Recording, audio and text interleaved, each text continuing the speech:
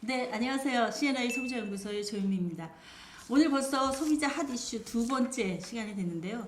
요새 SNS 상에서 물건을 사고 그런데 그 물건의 품질이라든가 뭐 AS라든가 이런 게 문제가 생겨서 여러 가지 이제 소비자 쪽에 논란이 발생되고 있어요. 오늘 그 이야기 좀 해보려고 아주 바쁘고 특별한 분을 모셨습니다. 소비자 경제신문의 컨슈머 저널리스트로 활동하고 계시는 권지연 기자님 자리하셨습니다. 안녕하세요. 네, 안녕하세요. 네네. 네. 이렇게 바쁜데 와주셔서 너무 감사합니다. 아니, 불러주셔서 제가 영광입니다. 네네. 제가 사실 YTN에서 이렇게 출연해서 방송을 하고 있는데 거의 같이 네. 예, 같은 이렇게 코너에, 출연했어요. 같은 코너에. 같은 프로그램. 네. 네. 근데 만날 일은 없어요. 서로 날짜가 달라서. 제가 얼굴 진짜 뵙고 싶었습니다. 목소리가 네. 너무 고우셔서. 뭐 만만치 않은 그런 목소리신데요. 네. 자, 서로 칭찬하는 시간이었습니다. 훈훈하게. 훈훈하게. 네. 자, 오늘 이제 인블리 사태를 계기로 한 SNS 마켓에 대한 이야기를 좀 해보려고 하는데요. 네. 이 인블리라는 게 이게 애칭 같아요. 맞습니다. 예, 이 예. 2013년도에 네네. 그 북언업 FC 상무가 자신의 애칭을 걸고 시작한 겁니다. 네네. 임지연 씨가요. 네네. 사실 저는 이런 쪽이 좀 어두워요, 제가. 네. 그래서 사건 나고 알았는데 주변의 후배들이나 이게 친구들 얘기 들어보면 네. 정말 여기서 많이 샀더라고요. 네. 네, 많이 네. 샀고 임지연 씨가 이렇게 소개하는 걸 보면서 나도 이런 식의 어떤 인플루언서가 될 수 있지 않을까라는 꿈을 키운 친구들도 꽤 있었더라고요. 맞아요. 네. 이 매출이 지난해 1,700억이었대요. 맞습니다. 그러니까 뭐 이렇게 소규모 사업장은 이미 넘어선 그런 수준인 네. 것 같아요. 그리고 네네. 뭐 이렇게 뭐 인블리 외에도 남편 박준성 대표와 함께 네. 뭐 화장품 브랜드 블리블리 이름도 블리블리. 굉장히 잘 지었어요. 네, 입에 착착 감기잖아요. 이런 거 배워야 되는데. 네, 이런 것들을 선보이면서 네네. 사업을 계속해서 확장해 나갔죠. 네, 알겠습니다. 그리고 팔로워도 뭐 한 80만 된다고 하니까. 그러니까 더 됐던 것 같은데. 그래요? 네. 이런 분들이 인플루언서 이렇게 표현하더라고요. 네. 인플루언서라는 거를 뭐라고 설명해야 될까요? 일단은 인스타나 뭐 유튜브 100만 구독자, 네네. 팔로우급 특 A급 5만 이상 되면 네네. 매체 영향력이 있다고 보고 이렇게 네네. 영향력이 있다는 의미에서 어떤 네네. 인플루언서 이런 식으로 네. 호칭을 하죠. 네. 그러니까 요새 보니까 유튜브는 주로 정보라든가 뭐 이런 어떤 평론 뭐 이런 쪽으로 많이 발전해 가는 것 같고 네. 인스타그램은 이 마켓. 상품 판매 네. 뭐 이런 걸로 발전해 가는 것 같아요. 그렇습니다. 들어가서 좀 보니까 음. 뭐 그 인플루언서라는 분들이 옷을 입고 나왔거나 뭐 화장품을 뭐 들고 있거나 하면은 거기 이렇게 이렇게 클릭하면 네. 그분이 입고 있는 옷이 어디서 얼마에 판매되는지 이런 게 다 보이고 그렇죠. 그래서 바로 근데 전자상거래 형태로 맞습니다. 구매할 수 있도록 이런 게 다 돼 있더라고요. 네, 그리고 이렇게 좀 동영상으로 다 이렇게 올라오잖아요. 네, 그렇죠. 그러니까 굉장히 이제 혹하고 보게 되는 것 같더라고요. 그렇죠. 그 영상 세대 젊은 네. 층들한테 굉장히 이제 흡입력 있게 다가오는 것 같아요. 그러니까 이런 인플루언서들이 돈 많이 벌까요? 돈을 벌겠죠? 많이 버는 것 같습니다. 네. 일단 100만 팔로워 정도 되면 제품 하나 소개하는데 5천만 원 정도 호가한다고 해요. 5천만 원 제품 네. 하나 소개하는데. 네, 그러니까요. 예, 그러니까 요즘 처음에는 중소기업들이 시작을 했는데 네. 요즘에 이렇다 보니까 대기업들도 네, 네, 뛰어드는 거죠. 네. 그 인플루언서를 활용하는 홍보 그렇죠. 이런 거에 뛰어드는 네, 거죠. 그렇죠. 네. 거기에서 이제 고스란히 또 당하는 거는 문제가 생기면 소비자들이 당하는 소비자들이죠. 거죠. 그렇죠. 아무래도 네, 네. 아직까지는 그런 마켓 시장이 네. 제도적으로도 허점이 많다 보니 그렇습니다. 네. 그래서 오늘 이제 그 문제를 좀 본격적으로 얘기를 해보겠는데요. 네. 우선은 임지연 씨가 이 쇼핑몰을 통해서 네. 뭐 어마무지하게 다양한 걸 팔았어요. 네. 뭐 옷, 가방, 뭐 신발, 화장품. 그러다가 이제 호박즙을 팔았는데 그러니까요. 이 식품까지. 식품에 손을 댄 건 좀 실수한 것 같은 생각이 좀 들어요. 그렇습니다. 이 문제가 어디서부터 어떻게 생기기 시작한 건가요? 예. 그러니까 역시 이제 사업을 확장하다 보니까 무리한 확장의 문제가 되지 않았나 싶은데 이제 호박즙에 곰팡이가 발생한 사건에서 시작을 했죠. 근데 이제 이런 문제가 발생했을 때 사실 그 업체들이 대응을 어떻게 하느냐, 그러니까 문제는 발생할 수 있어요. 그렇죠. 그런데 이 대응이 굉장히 미흡했던 것 같아요. 그러다 네네. 보니까 소비자가 그걸 공개하게 됐고, 네. 그리고 지금까지 여러 가지 또 사업하면서 뭐 디자인을 베꼈다라든지 갑질을 했다든지 이런 네. 것들이 있었던 거지. 다 터져 나온 거고 네. 아무래도 거기서 일하시는 분들한테도 신뢰를 못 얻으셨던 것 같아요.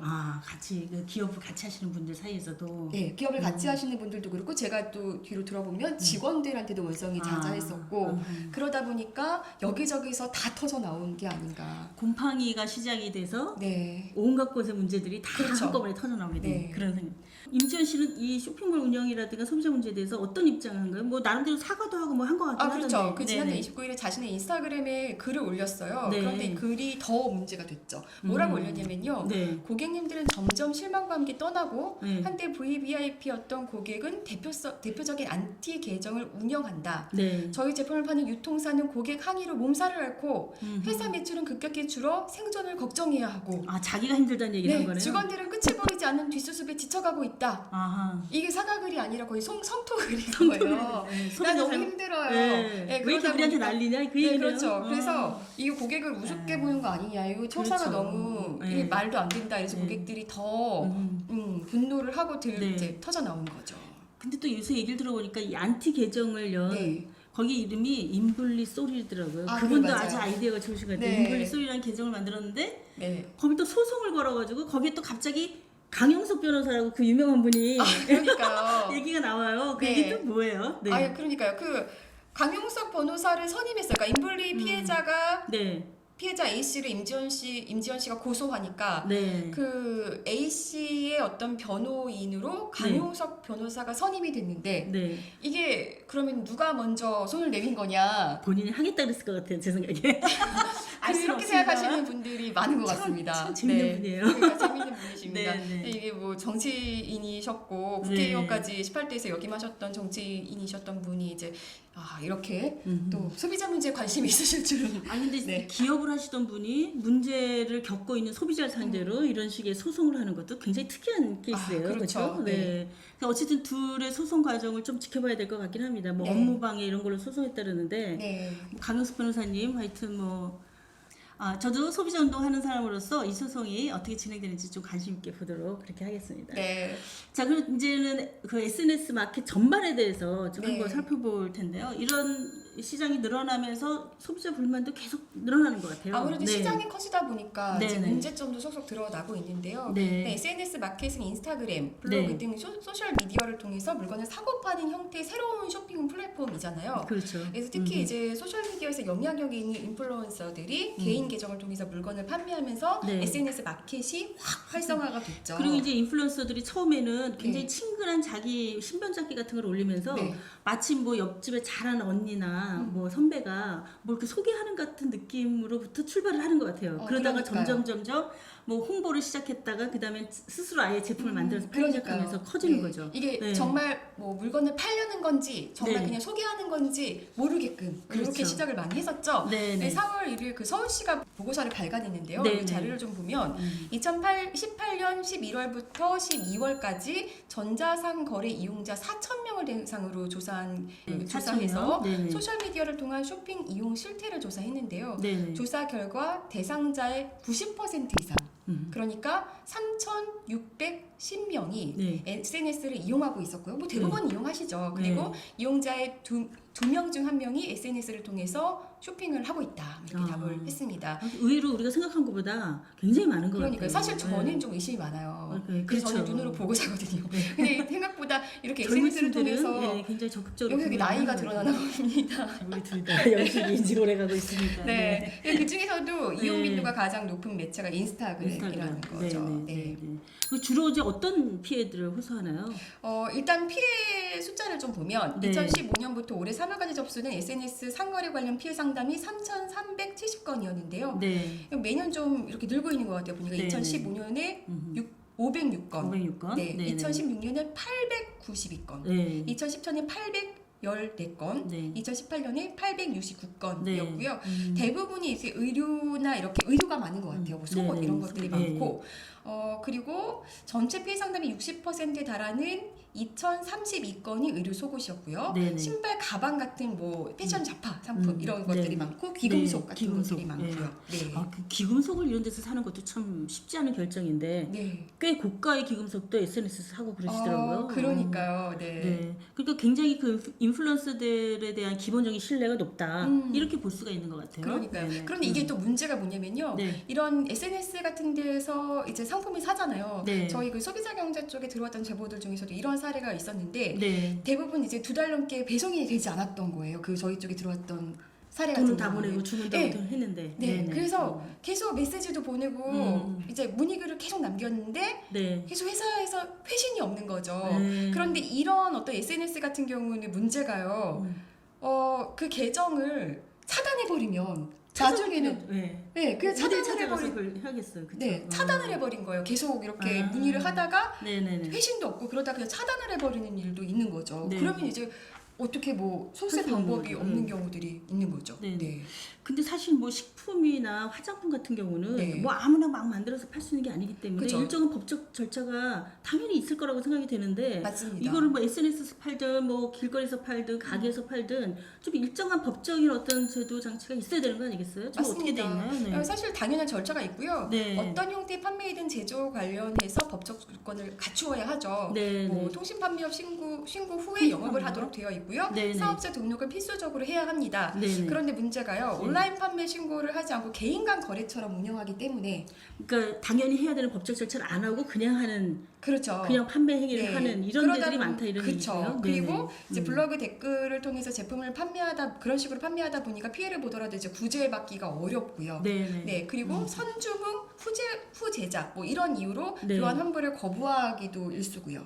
네. 네. 그리고 그래서 이제 전자상거래법상 규제 사각지대에 있다 이런 네. 이제 문제 제기가 네. 쏙쏙 나오고 어쨌든 있죠. 현재 전자상거래법은 공정거래위원회가 관할을 하고 있으니까 네. 좀 적극적으로 나서면 현행법으로도 얼마든지 이 규제를 할 수 있는 거 아닌가 싶은 생각이 드는데 어떤가요? 네, 그렇습니다. 그리고 실제로 지금 올라와 있는 발의되어 있는 어떤 법안들도 있거든요. 네, 네. 뭐 전자상거래 등에서 소비자 보호에 관한 법률의 관리, 감독 범위 내에서 네. SNS 판매자를 포함시키는 법안이 발의가 되어 있고요. 네. 그리고 좀 더 구체화하는 거군요. 그게. 네, 그렇죠. 그리고 네. 소비자 피해를 상품 공급자가 아니라 음. 중개사업자가 먼저 손해를 배상하도록 하는 법안도 전재소위원이 돼서 이제 상정이 돼 있고요. 네. 네, 그리고 통신 판매업자로 신고하지 않은 거래는 사이트 접근을 차단할 수 있도록 규제하는 법안도 이제 이찬열 의원이 이제 상정을 근데 해서 지금 국회에서 소비자 관련해서 좀 빠르게 통과시켜야 될 법들이 엄청 많이 쌓여 있어요. 그런데 네. 아무래도 논란도 좀 있고 네. 그리고 무관심 속에서 아직 국회에서 낮잠을 계속 자고 있습니다. 네. 낮잠 언제 깰까요? 네. 제발 깨워주셔야 깨주십시오. 되겠습니다.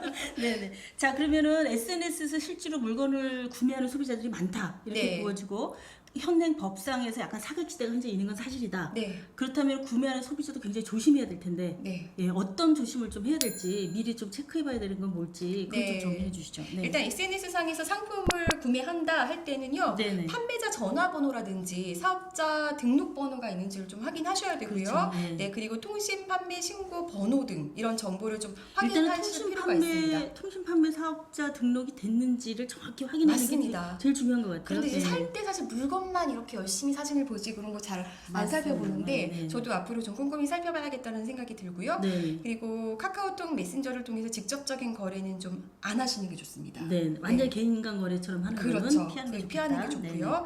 그리고 SNS 마켓은 대체로 계좌이체를 통해서 현금 거래하는 경우가 많잖아요. 네. 그런데 이거는 이제 구매자보다는 판매자한테 유리한 거거든요. 네, 그렇죠. 네, 그러니까 현금 거래는 되도록이면 좀 피하시는 게 네, 네. 카드 거래를 통해서 정확한 이제 증거를 남기시는 게 좋다. 예, 이런 말씀 드릴 수 있겠습니다. 그렇게 했는데도 어쨌든 문제가 생겼다. 네. 우리가 좀 어딘가에 좀 하소연을 하거나 뭐 제보를 하거나 해야 되잖아요. 네. 어디다 연락할 수가 있을까요? 네, 소비자원, 소비자원. 네, 그리고 공정거래위원회 이런 네. 데다가 신고를 하셔야겠죠. 네.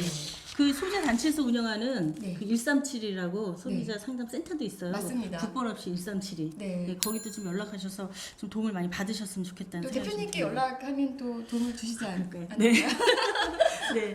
네. 오늘 이제 SNS 마켓이 점점 증가하면서 인플루언서들의 영향력이 커지고 인플루언서를 믿고 제품을 샀는데 문제가 생겼는데 네. 후속 조치 제대로 안 되는 이 문제를 지금 인블리 사건을 계기로 해서 좀 다뤄봤는데요. 사실 저는 공정거래위원회가 소비자 정책을 총괄하고 있는데 네.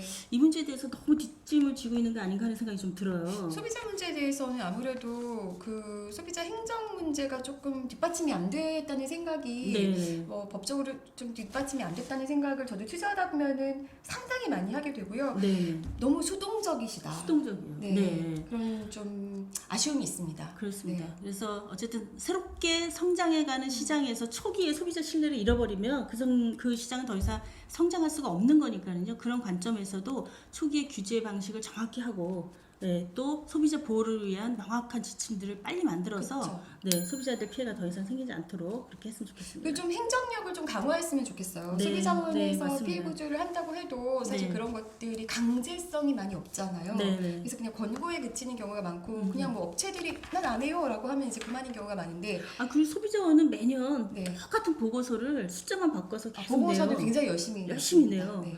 아니 그 문제가 있는지 밝혀졌으면은 뭐 열심히 어디 가서 법을 만들기 위해서 추가적인 활동을 한다든지 뭘 더 해야 될 텐데 10년 전에 냈던 내용이나 지금이나 똑같은 내용을 계속 보고서로 내요. 네. 그것도 참 답답하다는 생각이 그러니까요. 듭니다. 보고서만 내실 게 아니라 네. 실제로 소비자의 어떤 권리를 좀 향상시킬 수 있는 행동에 나서야 하지 않을까라는 네. 바람을 가져보고요. 네. 저는 이 사건 보면서 어떤 생각을 했냐면요. 요즘 소비자들은 진짜 똑똑해요. 네. 그래서 저도 소비자 취재하다 보면 소비자분들이 직접 뭐 고장 났다 하면 그거를 실제로 이게 내가 잘못한 건지 업체가 잘못한 건지 막 밝혀내셔서 저희한테 맞아요. 제보를 주시고 네, 네, 네. 저 깜짝깜짝 놀랄 때가 많거든요. 네, 네. 그러니까 업체들도 정말 소비자를 그냥 개, 돼지 정도로 보실 게 아니라 네. 진짜 내가 이거를 윤리적인 관점에서 그 소비자의 권리를 생각하면서 내가 이 회사를 운영하는 것이 나의 회사를 위한 일이다. 네. 이런 인식을 많이 가지실 필요가 그런 있다. 기반이 안 돼 있으면 절대 오래 못 가는 거죠. 그렇습니다. 기업이. 네. 네, 한순간에 갑니다. 한순간에, 예, 한순간에 갑니다. 네. 자, 오늘 SNS 마켓에 대한 이야기 정말 재밌게 나눠봤습니다. 또 시간 되실 때 오셔서 또 다른 좋은 주제 가지고 이야기 나눠볼게요. 네. 고맙습니다. 네, 감사합니다. 네. 자, 다음에 또 봐요. 구독, 좋아요 많이 눌러주세요. 감사합니다.